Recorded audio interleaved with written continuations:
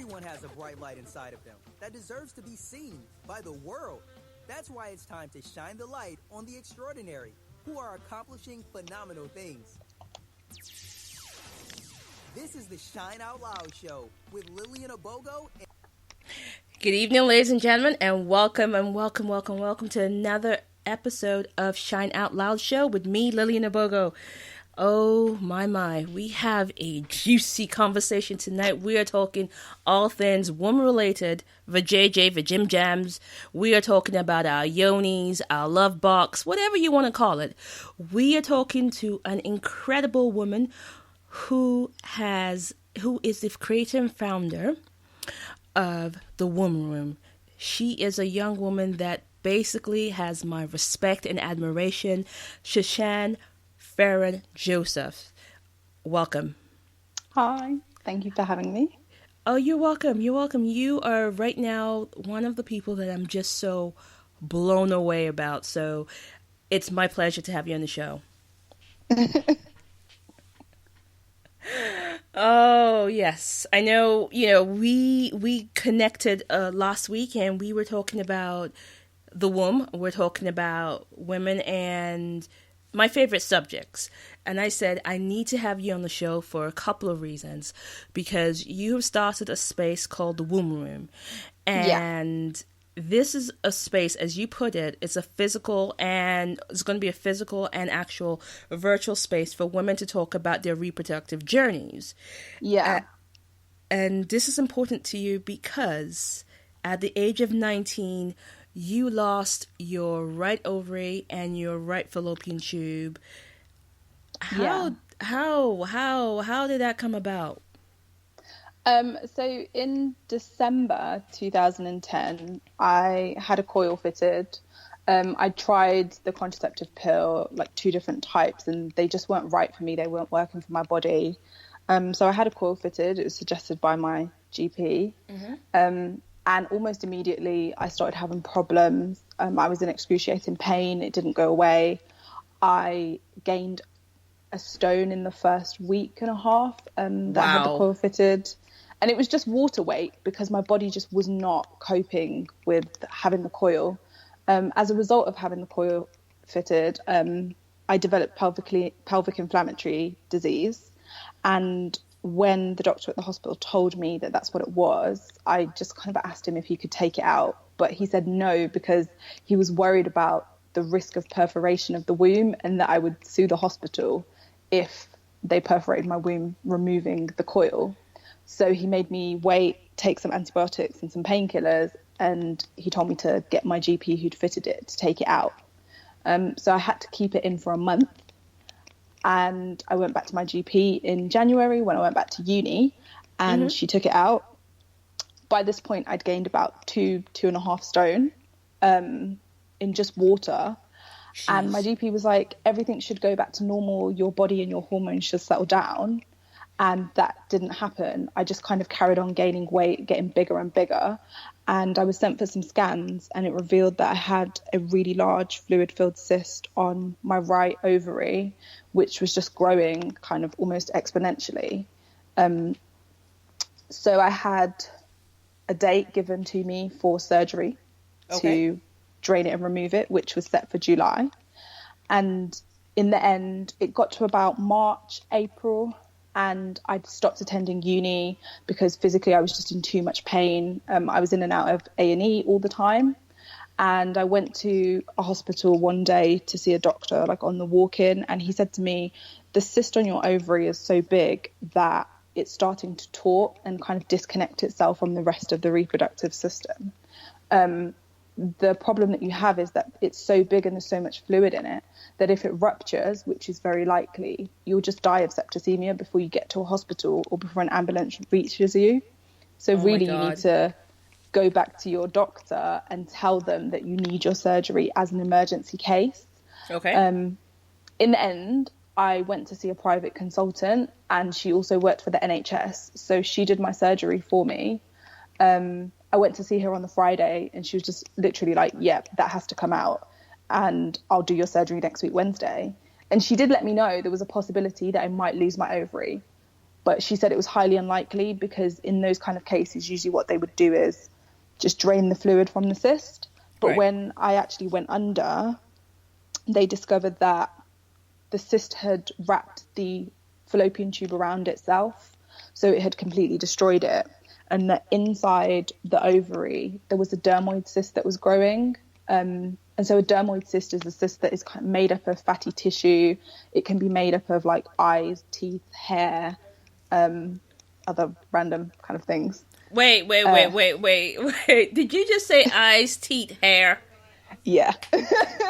Yeah. You just said eyes, teeth, hair inside the cyst. Yeah. Yeah. Okay. So yeah. How did you react to that? Let's pause a moment. But how did you react to that? Well, when I kind of react to which bit? We are going to get reactions for every bit, but the dermoid cyst sounds like you're sitting there and you're saying, well, it could have all of these things inside of it. Yeah, so I actually didn't know that I had the dermoid cyst because the fluid-filled cyst on the outside of the ovary was so big that it was masking the cyst that was on the inside. So on ultrasounds, it wasn't showing up that there was a cyst on the inside of the ovary at all. So they actually only discovered that during the course of the surgery. But when she told me afterwards, to be honest, I think I'd been through so much at that point that was kind of the funniest part of it all. That there was just this like weird thing with teeth and hair and eyes just growing inside my ovary. Yeah. That was like the one bit of joy that I took out of it. Oh, wow. I can't. I'm not sure how to even process that, but let's go back to what you said because this is really serious. At 19, you were told you could die if you don't have surgery, but not only that, a possibility of that you would lose your ovary and your fallopian tube, which you then went on to lose. How did you deal with all of that? Not particularly well, if I'm honest. At the time when I was kind of having to live it, I didn't really have any understanding or comprehension of how drastically my life would change. Right. And the overall impact that it would have on literally every single facet of my life from that day forward. I was just in so much pain. I just wanted this cyst gone.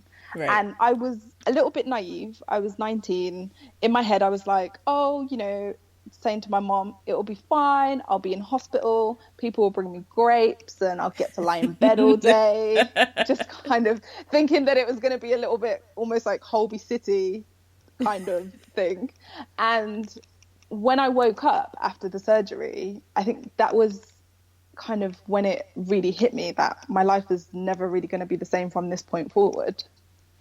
But I didn't know all the ways in which it would change. And I think that was it was a lot to deal with because I'd kind of not been really thinking about that change when I was living in so much pain, going to A&E several times a week because I was just living from moment to moment. Okay. So, all of these changes, and so post-surgery, let's start with this. Post-surgery, what kind of support did you get? From the hospital, you don't really get any support. I was in hospital for about a week after my surgery and I was really, really unwell and I was just gradually getting worse. I was convinced that it was being in hospital that was making me worse, partly because the food's not that great. But I didn't have any kind of support around, I wasn't offered any counselling or therapy to kind of address how this experience was going to change my life and how it had changed ultimately who I was as a person and what I wanted out of my life.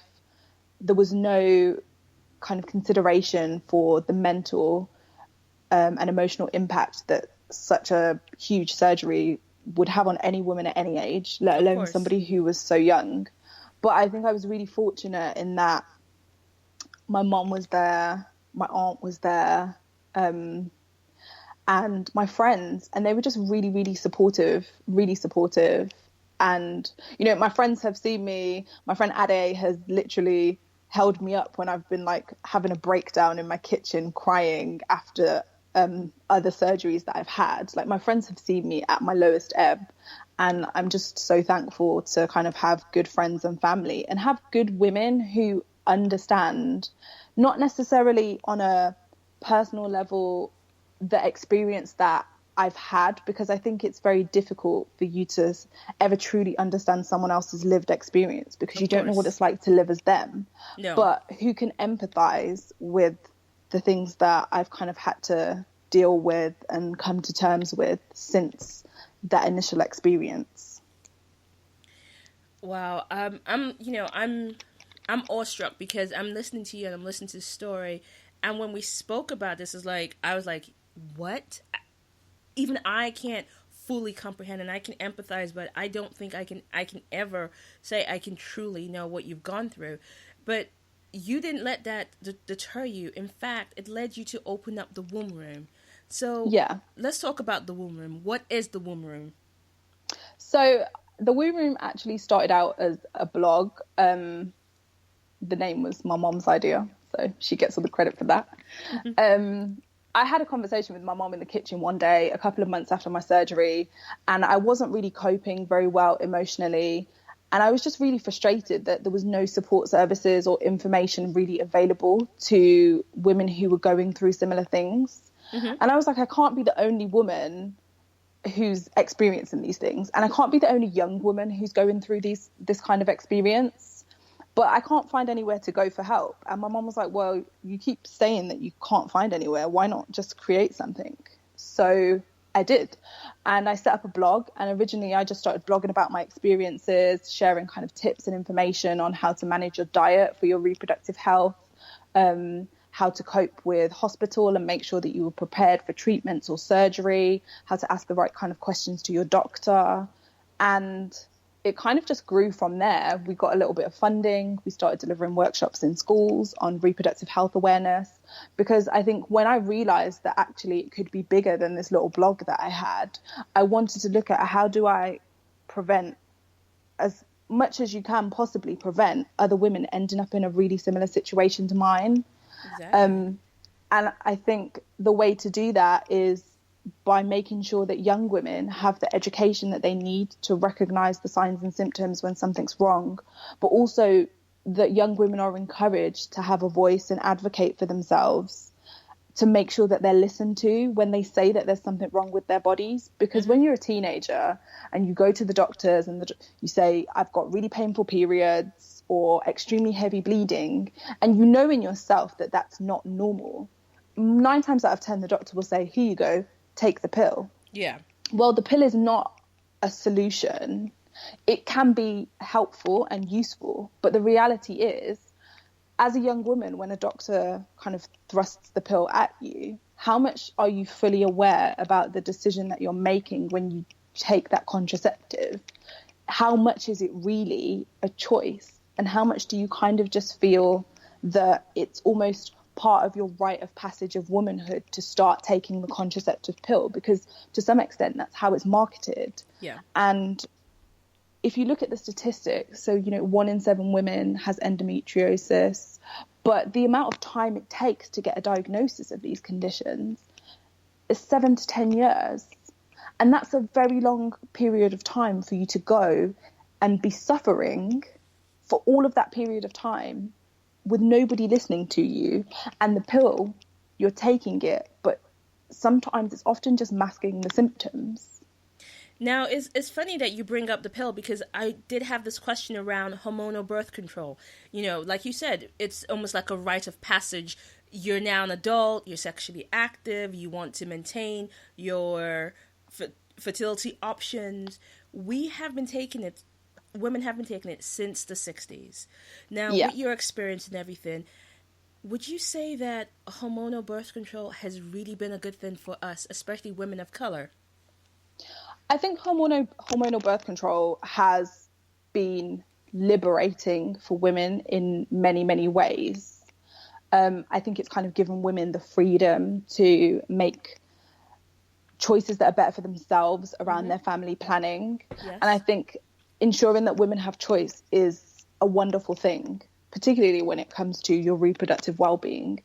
But on the other hand, I also feel that hormonal contraceptives have kind of been a burden to women in a way that we don't often talk about or maybe even realize.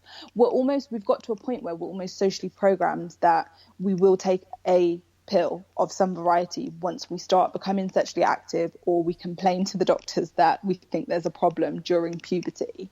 And we're just conditioned to take medication, not just the contraceptive pill, but just generally in society. We're conditioned to take medication for things that we think are wrong with our bodies, as opposed to addressing the root cause of those problems.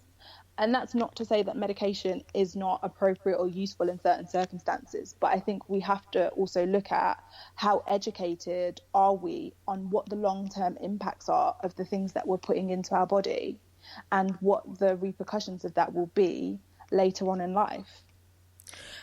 I absolutely agree. And I think that we need to have different options. And I think we need to start looking at not just hormonal, but what are the other options available? Because if we're not having these discussions, we're continuing to have these hormones mess with our fertility, mess with our body to an extent that a lot of women, once they come off the pill, they struggle to actually conceive afterwards. So there is a lot of conversation, and and I think there's also a lot of misconception. So with the womb room, have you found that there's still a lot of misconception that we have around reproductive health?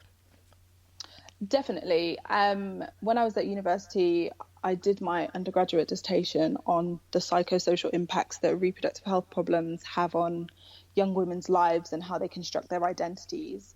And one of the things that I found consistently in every single woman that I spoke to was not just kind of misconceptions around reproductive health, but the way in which culture plays an extremely important part in how women construct their idea of what womanhood means to them and what that looks like. Mm-hmm. And I think one of the things that I find quite nice now is I meet more and more women who don't ascribe to, I guess, a more traditional view that if you can't have a child or you don't want to have a family, then that means that you're not a woman. Because I've heard that a lot from women in the past, and men, who actually genuinely believe that if you can't have kids or you don't want to have kids, then you haven't really completed your womanhood because you haven't had a family.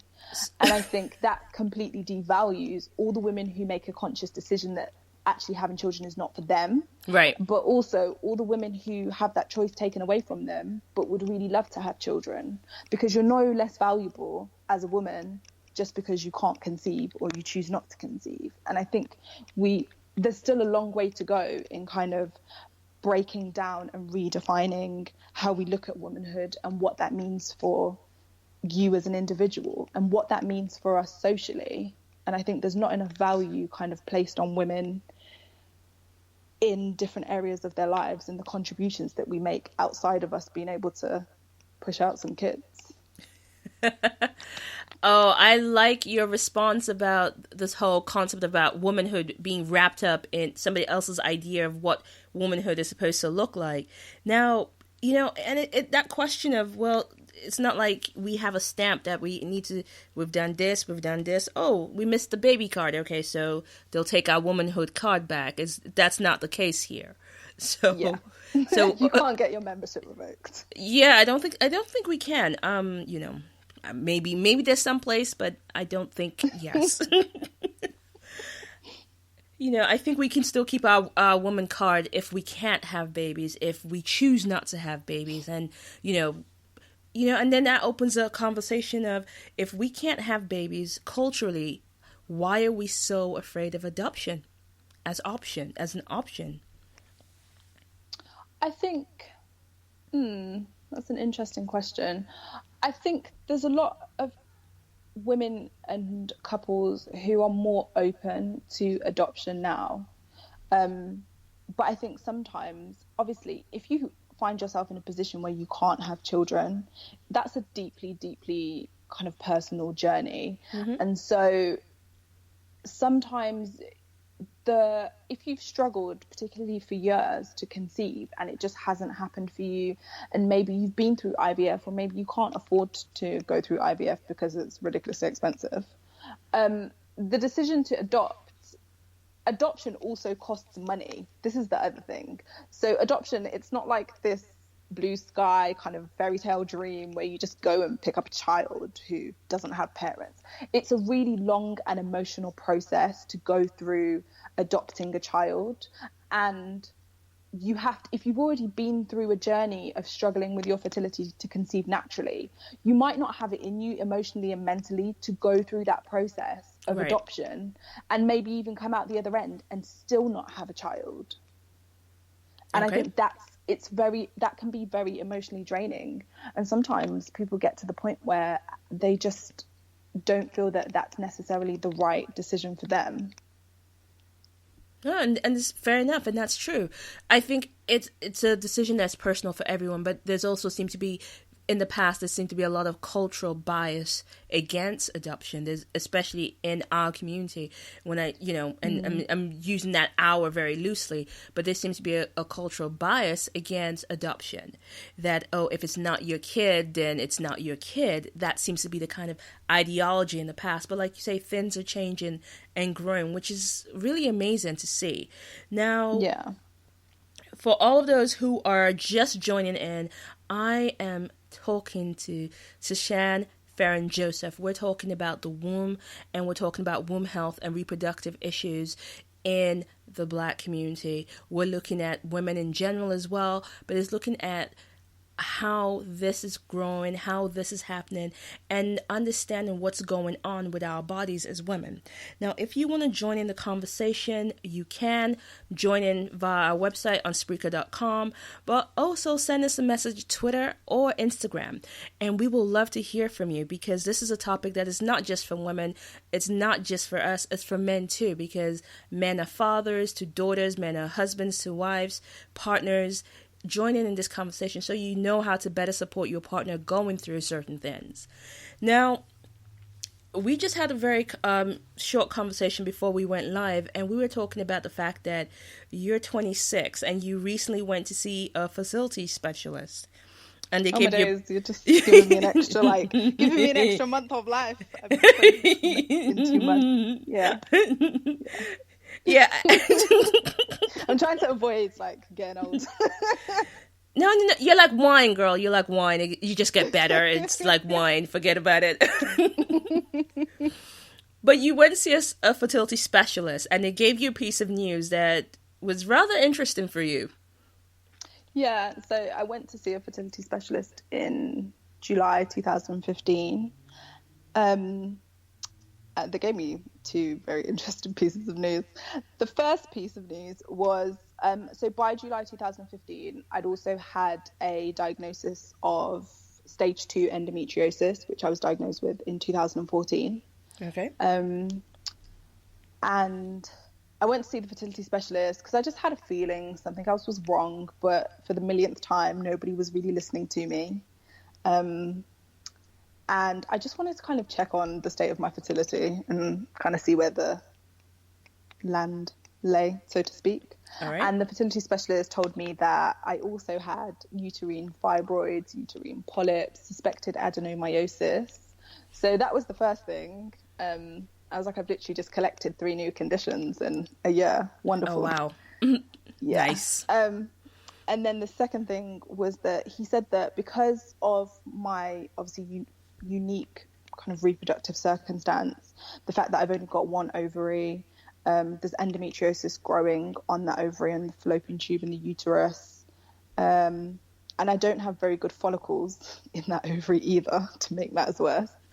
And he said that by the time that I get to 27, it's highly unlikely that I'll be able to conceive naturally, and that I'll basically be infertile. So he suggested that I did some embryo freezing, and that I would need 9 to 12 rounds in order to give me any decent chance, but never any guarantee, because fertility treatments, they're not a guarantee. They're not an insurance option. Right. So I know that I've been reading a lot recently about younger women, professional women who are in their 20s are paying to have their eggs frozen, Yes, almost as an insurance policy for when they want to have children. But I think that doesn't take into consideration that you cannot beat your biology. The reality is your fertility is going to start to decline quite rapidly. Once you hit your kind of late 20s, it starts to decline, and then it declines, almost drops off a cliff after you hit about 32 to 35. And you can't beat that. That's just nature. But having your eggs frozen is no guarantee that when you then want to have a family, that you're going to be able to do that. The success rate of IVF is increased if your eggs are younger and healthier, yes, but it's still not a guarantee. IVF on average is still, success rate is only about 21%, which is incredibly low. wow. To some extent, it's still very much an experimental treatment. And it's not a guarantee that it will rescue you or save you from potential infertility. So he suggested I do some embryo freezing, but I didn't have £40,000 to do some embryo freezing. Sorry, So, how much? Wait. Don't gloss over that number. How much? Yeah, it was about £40,000. But that's because of the number of rounds of embryo freezing that I would need to have in order for it to be even remotely useful for me. Oh, wow. Yeah. I mean, the average cost of IVF is about £10,000 per cycle. So it's a lot of money. I've known people go bankrupt to have a child. It's phenomenal. Well, like you said, I mean, for some people that's an option, and for others who are literally, for them they don't have that option, I can't even imagine what they will do. Yeah, well, you can go on the waiting list for your NHS trust to have IVF if you meet the criteria, but each trust has different criteria on who's eligible. I think the emotional impact that living with a reproductive health problem, whether that's polycystic ovaries or fibroids or endo or whatever else it might be, is greatly underestimated. It takes a toll on every single area of your life. Right. But it really kind of makes your mental well-being take a battering, particularly when you get bad news and then you get more bad news and then you get more bad news. And that brings us to this question, because basically you've had some serious battering since you were 19. How do you take care of yourself right now? What is your self-care routine like? How do you take a moment away from the womb room, the Real Talk series, all the work that you're doing to actually take care of you right now?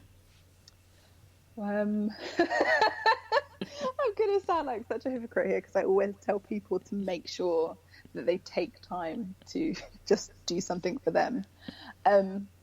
Lately, I haven't really done that much. I'm not even going to lie. But I guess like my favorite things to do to kind of just escape, since I started having reproductive health problems, like the fluctuations and the change in my hormone and the imbalance in my body, has meant that I've started to suffer with anxiety where I never had anxiety before. And in order to keep that under control, I have to make sure that I exercise regularly.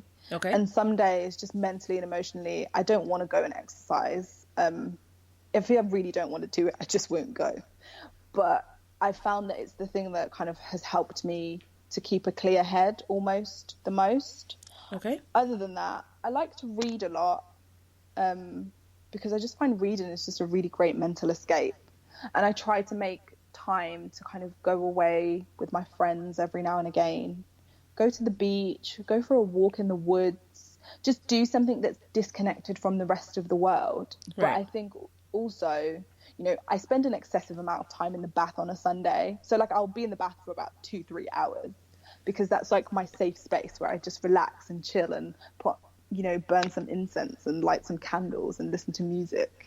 Okay. And I think that's kind of, we have to place more value on like everyday acts of self-care as women, to make sure that even if it's 10 minutes a day or it's half an hour where you take some time out to just refocus yourself and think about you and do something that brings you peace, do something small for yourself, because it's very, very easy to get caught up in whatever you're experiencing or going through, or just the busyness of life, and actually start to forget like who you are and what you like doing, and actually show yourself some appreciation. I like that. I like because it's simple. I like your honesty when you're like, you haven't taken as much time as you should. And the bath thing, that's my thing. I love being in the bath because you think better once you're in water. Maybe just me. And also, I agree. I channel my inner Cleopatra once I'm in the baths. Some milk, some honey. That's my thing right there.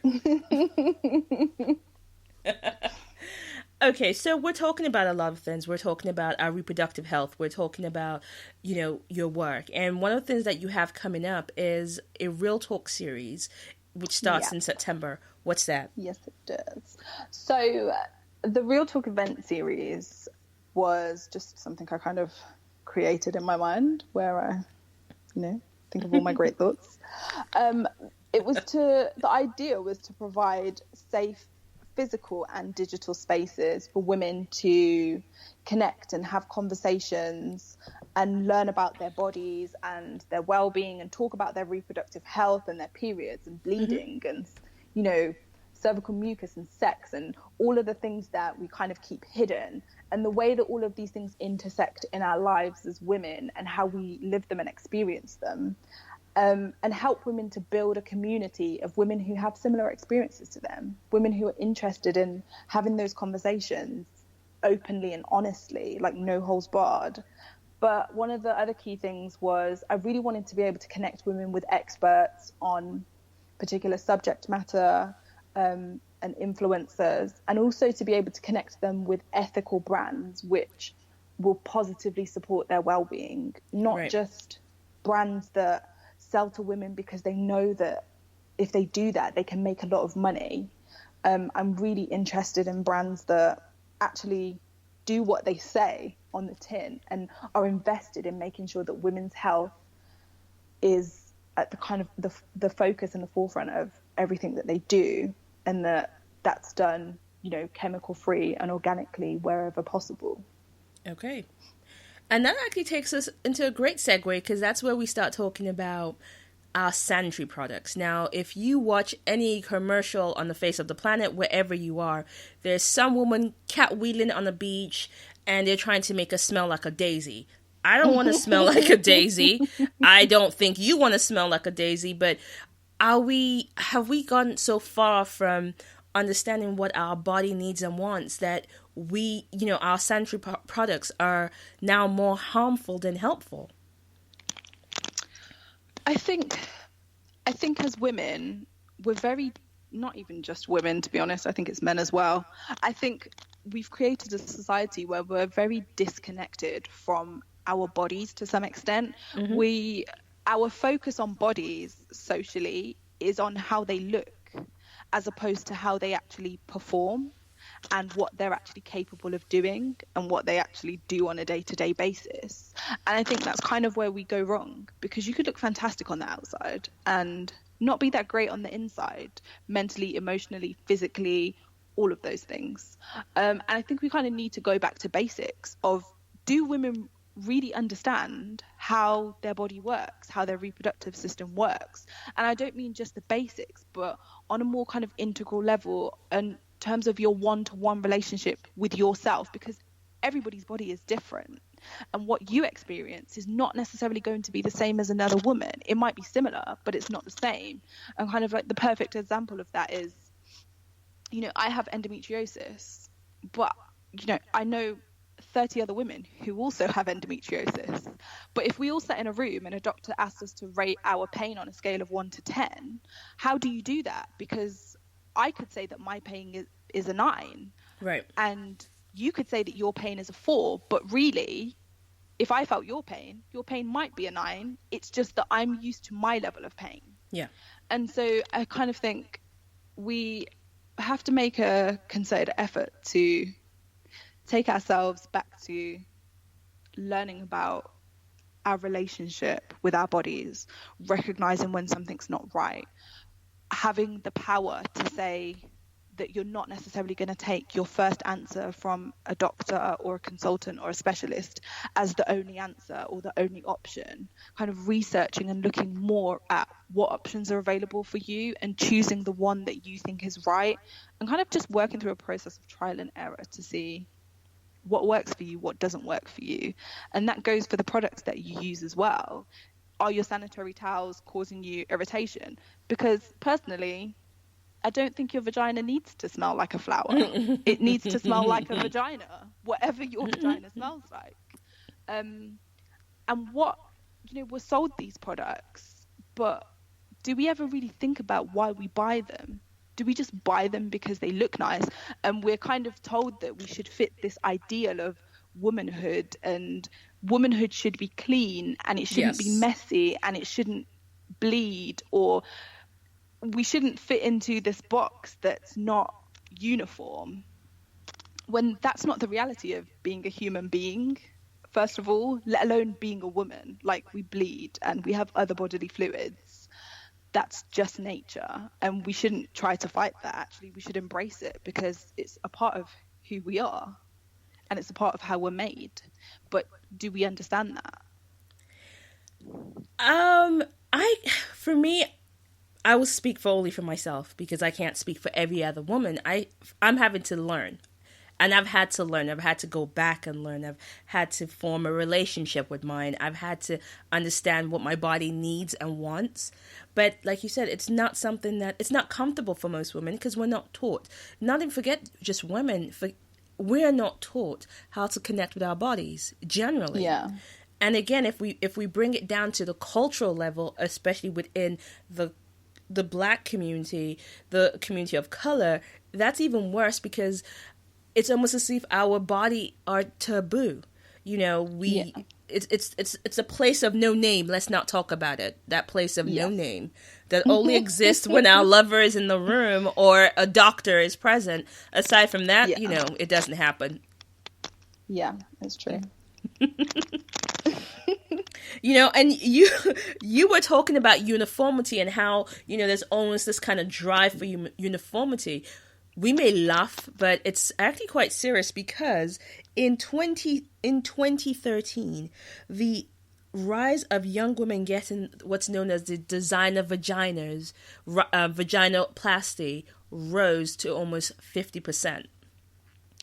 I know, and I just... Young girls are consistently across the world going for young girls, young women of all ages are trying to get a vagina to match that of a certain porn star as being the standard of what vaginas are supposed to look like. And I'm going to keep saying vaginas, because I realize that we don't even actually say the word. We find other words to say it. We find other ways to say it that it sounds like we are afraid of using the V word. Yeah, we are. But I think it's because we kind of have this fear of women's bodies unless they fit within a box of how we should discuss a woman's body, or what a woman's body should look like, or what a woman's body should do and how it should perform. Anything that fits outside of that almost like regulated, socially acceptable discussion or framework is taboo, and it's not looked upon lightly. And we just don't discuss it. And I think we don't necessarily discuss things culturally. I kind of find that when you start talking to your aunts and stuff, as you get older, you can have maybe more open and honest discussion with them. Yeah. But when you're younger, kind of in your teens, I think a lot of families, they don't have those conversations with their children in as open and honest a way as they should, that's also age appropriate. And I think there's also, we have to look at, there's a lot of old wives' tales, things, a lot of cultural myths and practices, which we still pass on from generation to generation. And so then that misinformation continues to be spread. And if you're a young woman kind of navigating the world, in this day and age, most young women are going to the internet to get their education, because they're not getting it in school. They're not always getting it at home, or by the time that the conversation is being had, it's probably a little bit late in the day. So they're going to the internet, and the internet is not always the most reliable source of information, of concise information, good information, but it's not always the best place to build your confidence and your self-esteem, not just your knowledge. It can actually do more harm than good in a lot of respects if you're not getting access to information that's safe, that's medically accurate, and that's representative of your experience and who you are. And so, you know, like one of the things that is quite important for the Womb Room as an organisation is giving women space to share their stories and experiences, because I think actually opening up conversations between different generations of women will draw out a lot of the similarities in experience, but also it will allow younger women to see that you're not the first person to go through this, but you're also not alone. Yeah. And there's literally a community of women available to you who have similar experiences to you, who've had some of this kind of life experience and can guide you. You know, and I think that's powerful because that cross-generational conversation is what's needed on so many topics, but especially when it comes to our reproductive health, because it takes away the shame, it takes away the fear, it takes away all that hidden silence, that silence that said, let's not talk about this, which have left so many of us to suffer unnecessarily. Yeah. You know, so this starts in September. How can people find out about it, contact you about it? How can people get a hold of you? You can contact us on our Facebook, our Instagram, our Twitter, which are all at the Womb Room. We have a Facebook page and also a closed group where we can have kind of more intimate discussions as women about more personal stories. And we'll be doing some Facebook Lives with different organizations, some doctors, other kind of professionals who work around women's health leading up to the events. The first event is going to be on September the 13th in London Bridge. But we'll be kind of putting out more information about that on our Instagram, Twitter and Facebook over the next couple of weeks. It's going to be a great day. You can email us, hello@thewombroom.co.uk, if you want to kind of send us a message or you want to have a talk. And if you have a story that you want to share about your reproductive experience, and you don't have to be a woman who has a reproductive health problem, you could be a woman who's got an experience with your contraceptives that you want to talk about, or your experience after childbirth and how that made you feel, or your experience of the menopause, because I think menopause is something we definitely don't talk about, because God forbid we talk about women actually aging. So yeah, whatever your story is, we'd like to hear it and share it with other women, to let them know that they're not alone, and also to raise awareness about, I guess, the experiences and things that we go through as women, and the fact that there's a complete lack of support for us across all of these areas to deal with how our bodies change and how that changes, you know, decisions we make about our relationships, our career, as we move through different stages of our life cycle. Well, keep us posted. We will love to know more. We will love to share your information as well. So keep us posted. Anything we can do to support, we'll be glad to support you. So I'm really enjoying this conversation because we are talking about, and if you've just joined us, we're talking about womb health. We're talking reproductive issues. We're talking about understanding our bodies as women. We're talking about all the lies and misconceptions that we have and are holding. And we are talking about having those difficult, uncomfortable conversations. And with my incredible guest, Saschan Fearon-Josephs, I'm looking at your story and I'm still in awe about it. And we have so much to talk about because we can go on for days. We could just start talking about just the misconceptions and the half-truths and the old wives' tales. That could go on for days, you know, just on that topic alone. So, you know, we've touched on something about the hormonal birth control. And we're saying that, you know, we need to be more aware. So if we're not using hormonal birth control, what else is the other option? What's out there? Because a lot of us don't know there's anything outside of that. There's loads of options. So there's the Natural Fertility Cycles app, which is actually officially recognised as a form of contraceptive, and it's highly effective, which allows you to track your cycle, and you also measure your basal body temperature every single morning. So that's, you kind of stick a thermometer in your vagina and measure the temperature every morning. It helps you to track changes in your cervical mucus, so you can see when your fertile period is, and when your cervical mucus is at its most fertile, so you know not to have sex within that period.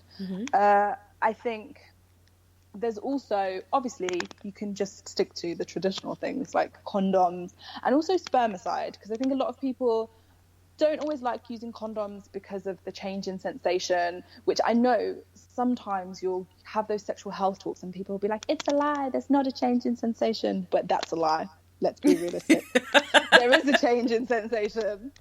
So yeah, you can use condoms and spermicide, which research shows for young women means that you're less likely to get pregnant than if you take the pill and just take the pill.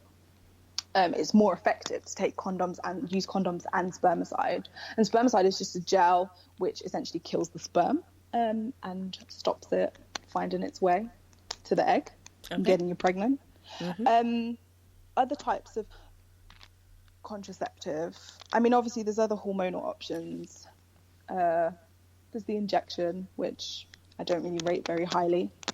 But I think naturally, if you know enough about your body and you can track your cycle, and obviously that's a lot harder to do if you have irregular periods, and if you don't really understand your body and your cycle and how that works properly. So you do have to kind of invest in doing some research. You can also use a female condom, which most women that I meet have never even really heard of or seen, but a female condom is a thing. So it's almost like a bigger version of a condom. It's not as tight and it's a lot more loose. And you insert it into the vaginal canal, and it has a little ring and it kind of holds in place. And so your partner then doesn't have to wear a condom when you're having sex, because you have a condom on, essentially. And then you just remove it when you're finished and dispose of it, and then it's done. Well, you know, and yes, the female condom is a thing. It has been a thing for a few years. Again, but here's my question. I think this is the question. Your reproductive rights, your reproductive and your fertility is always on the woman. I think it's, if two people are laying down to have sex, two people need to be making choices and options. Yeah. I don't think it should always be on the woman. I think that there should be some responsibility on the male partner, you know, on the other partner as well. So I think it should be, the onus is two people need to sit down and have those conversations. And a woman needs to know what's going on with her body, but also her partner as well. I think it's really important to have these conversations with men. I think men don't get...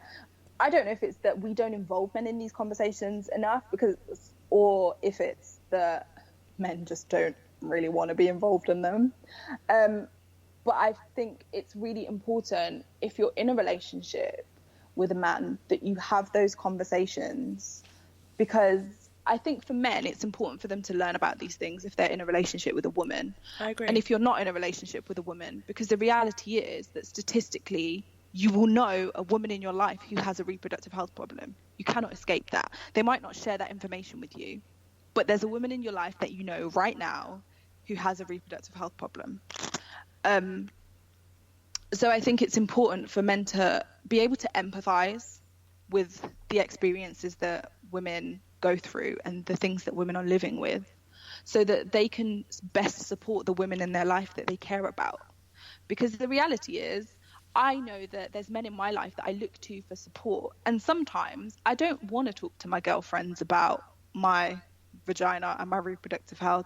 Sometimes I actually want to go to a man and just have almost like a different perspective on something, and I want to be able to have that safe space with that person, to be able to be open and have that conversation and know that I'm not going to be judged or dismissed, that I'm going to be well supported, and that they're making an effort to try to understand my experience. And I think if you're in a relationship with a man, that's invaluable, like having a partner who who supports you in that way, that is invaluable. You can't put a price on somebody who actually listens to you and actually actively supports you and cares, and will come home and be like, oh look, I just found this new thing on the internet, like I don't know if it's any use to you, but I was thinking about you today and it reminded me of something that you said last week or something that you went through 2 months ago, because that they care. Yes. And I think it's important that we encourage men to support women in that way. I mean, we make up nearly 52% of the population. So make an effort, guys. Come on. You know what? Yeah, make an effort, but also let's celebrate the ones that are making that effort, who are active and actively taking part in those conversations, who are looking at different options for not just themselves, but for their partners' health and safety as well, their partners' well-being, and who are going through that process, because there are men who are grieving with their partners each time that they go through an IVF situation. There are men who grieve just as deeply when they lose a pregnancy. So there are men out there who actively are taking part in this process. So let's celebrate those as well. I think that's very important.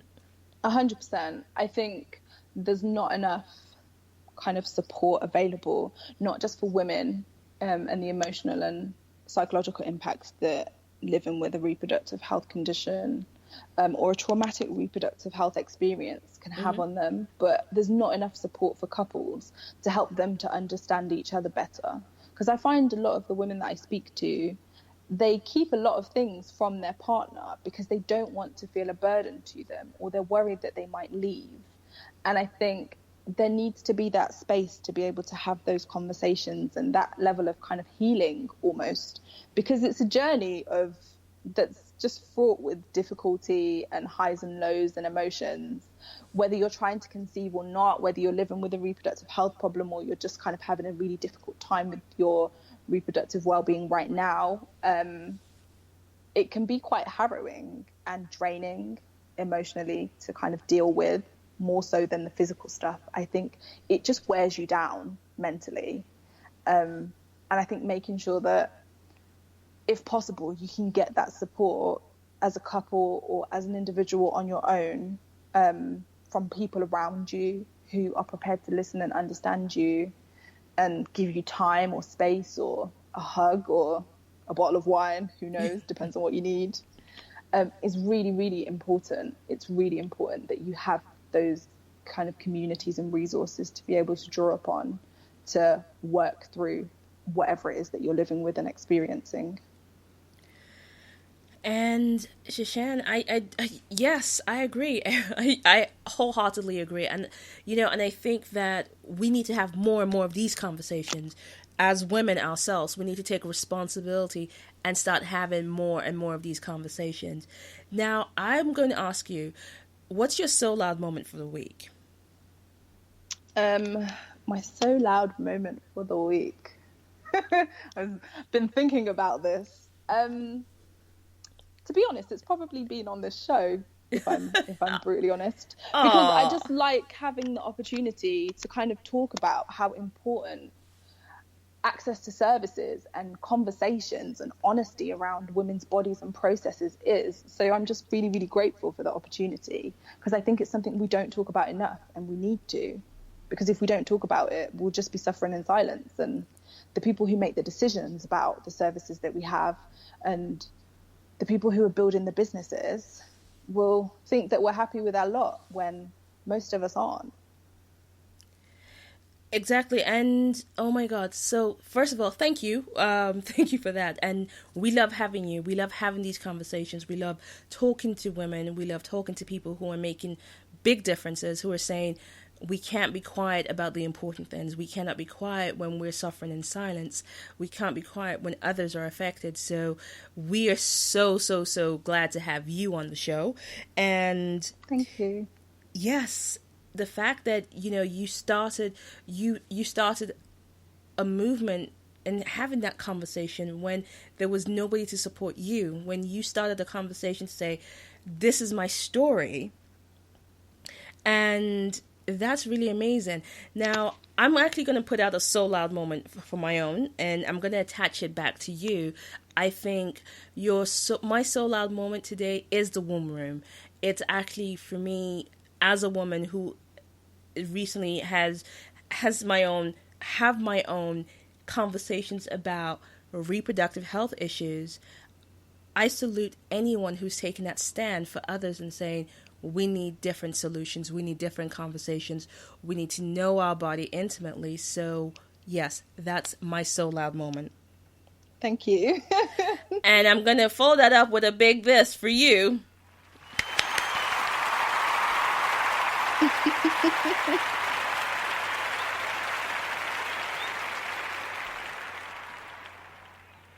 It's been an absolute pleasure. It's been an absolute pleasure to have you on the show. I will love to get you back in September when you've had your first of your Real Talk series. In fact, we will gladly come to the Real Talk series and talk to you live there. Yeah, definitely. That would be fantastic. Cool. So we should make some plans off air and talk about it, and it will be really amazing. And just for people who may have joined us later in the show, how can people connect with you? You can contact us on our Twitter, Facebook, or Instagram, which are all at The Womb Room. You can send us an email on hello@thewombroom.co.uk. You can contact me personally on my Twitter is Saschan, which is SASCHAN JFJ. You can just send me a message and we can have a chat, some coffee, some green tea, I don't know, whatever you feel like. Even if you're a woman and you just want someone to talk to, or you're a man and you know a woman in your life who's dealing with some stuff and you want to support her, or you're a school teacher, whoever, and you want to talk to your students, just contact us and let me know and we'll make something work. All right, so you've heard her. You know how to contact her. If you also are unsure, come back to us at Shine Out Loud Show, at Lillian Abogo. You know where to find me. And we will put you in contact with Saschan and all our other guests. But particularly, we will put you in contact with Saschan if you have a blog that you need someone to, co-write, be a guest blogger on this particular topic. I think the more we have these conversations, the better it is for all of us as women. Yes, 100%. Okay, so I am so glad that you joined us, and we need to plan to get you back on the show. We need to talk about getting you back on the show. We need to talk more about why we as women are afraid of the V word. And I swear, I've tried it. Where it's not like the boogeyman, or Candyman. You don't say vagina 3 times and one jumps at you from the mirror. It doesn't happen that way.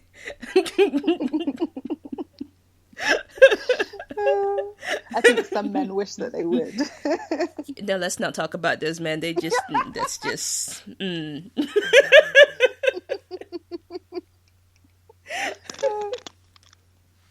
So, we've come to the end of the show today, and I cannot thank my guest enough. Now, you know where to find her. You know where to find us. Join us again, same time next week, and we will be doing it all again with the creator and founder of the BBF Awards, Cheryl Jumbo. And I can't stop, gushing and being in total awe of the woman that is Saschan Fearon-Josephs. This woman has taken a situation that would have floored most other women, most other people at a very early age, and turned it into her championing cause for others not to go through this alone. So I take my hat off to you once again, and it's been my pleasure to have you on the show. Thank you for having me. Thank you so much. You're welcome. You're welcome. And we will connect again same time next week. Goodbye. You've been listening to the Shine Out Loud Show. If you want to connect with us or let us know what you thought of today's show, be sure to follow us on Twitter at Shine Out Show.